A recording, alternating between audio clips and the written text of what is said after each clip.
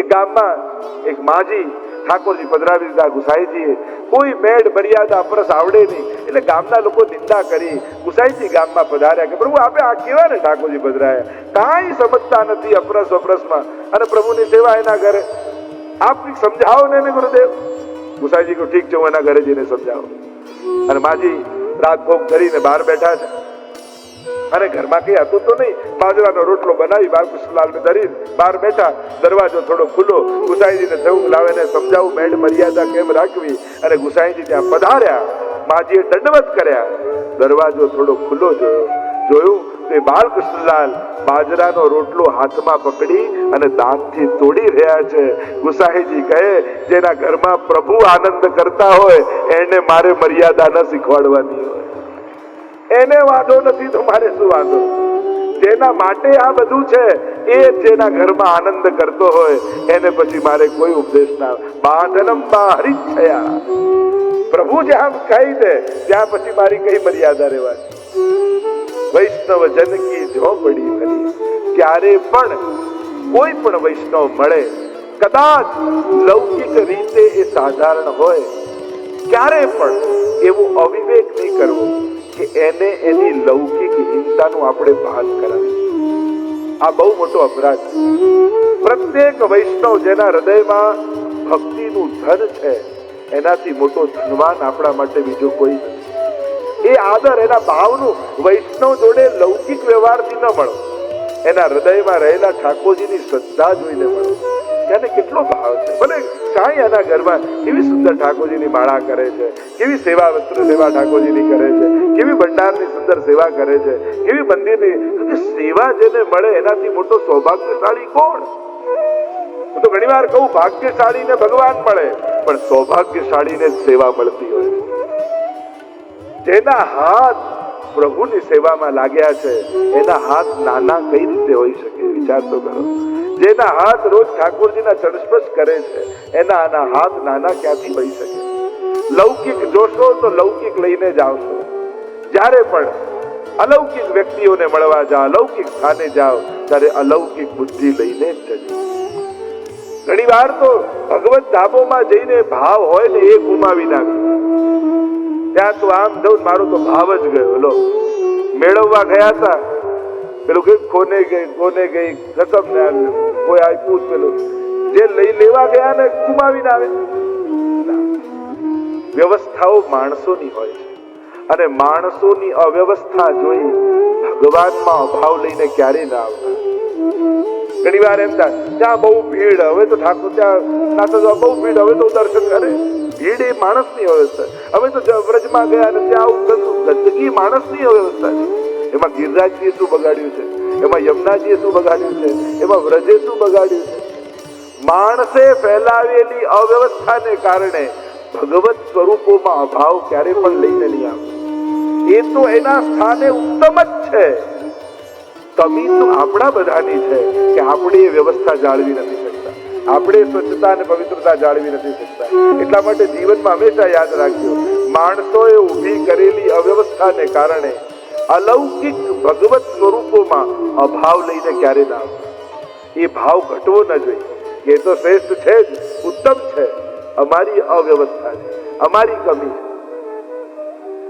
અહીંયા વૈષ્ણવ જનકી ઝોપડી ભલી. આપણા માટે તો અનેકો પ્રસંગો, બાજરી પલાળીને મૂકતા, જલ ધરતા, કેવા પ્રસંગો વાર્તા સાહિત્યમાં તો તમે જુઓ 84 વાર્તાઓમાં કેવા નિષ્કંચન વૈષ્ણવ હતા, પણ એમને ત્યાં પણ ઠાકોરજી આનંદથી બિરાજે.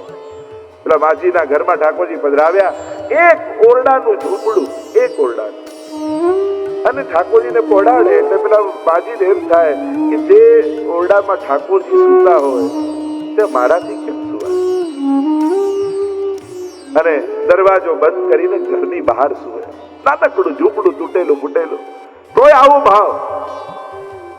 બહાર સુવે ને એક દિવસ એટલો બધો વરસાદ પડે, પલળતા જાય, પણ પ્રભુને મારાથી કેમ જગાડાય, ભીતર કેમ જવાય? એને તો ભાવ થયો પ્રભુને સમ ન પાય, પણ વૈષ્ણવને દુખી જુએ એવા પુષ્ટિ પુરુષોત્તમ નથી. અને ત્યાં સૈયાજીમાં લાલન ને નિદ્રા નથી આવતી. મારી વૈષ્ણવ બહાર પલળે છે, ન રહેવાયું, કૂદકો મારીને નીચે ઉતર્યા. દરવાજો ખોલ્યો ને કહ્યું તું ભીતર આવ, નહીં તો મને નીંદ નહીં આવે. તું પલળતી હોય તો મને ક્યાંથી નિદ્રા આવવાની? આ પુષ્ટિ પુરુષોત્તમની કરુણા છે. એવા તો અનંત પ્રસંગો જો કહેવા જાઉં તો કેટલા 84 વસ્તુઓની વાર્તામાં કેવા કેવા પ્રસંગો, કેવા કેવા સાધારણમાં સાધારણ જીવો, પણ ઠાકોરજી એમને કેટલું મોટું માન આપ્યું છે. ભક્ત માંગે માનજી, વૈષ્ણવનો યશ તો ઠાકોરજી ફેલાવતા હોય. માણસ ગમે તેટલી મહેનત કરી લે પણ યશ જલ્દી કોઈને મળે નહીં. ભક્તનો યશ તો ભગવાન ફેલાવે. તો આગ લગોવા મેંડ મેં જહાન વલ્લભ નામ, જ્યાં મારા વલ્લભ માટે પ્રીતિ ના હોય એમાં તો આગ લાગે. મારા શું કામનું હશે? ગમે તેટલો ગામનો મોટો હોય પણ મારા માટે તો મારા વલ્લભીઓ જ મોટા છે. એમ કહીને હરિરાયજી આગળ 66મી સાખીમાં સુંદર વલ્લભના સ્વરૂપને સમજાવતા કહે, હરિરાયજીની વાણી સાંભળો વૈષ્ણવો, સબહી એક સ્વરૂપ. અને આપણે, તમે આ ઘરના, હું આ ઘરનો, પેલો પેલા ઘરના. બાળક હતા અને ઘર ઘર રમો બરાબર છે. હવે મોટા થઈને પણ ઘર ઘર રમો છો. હવે મોટા થશો ક્યારે?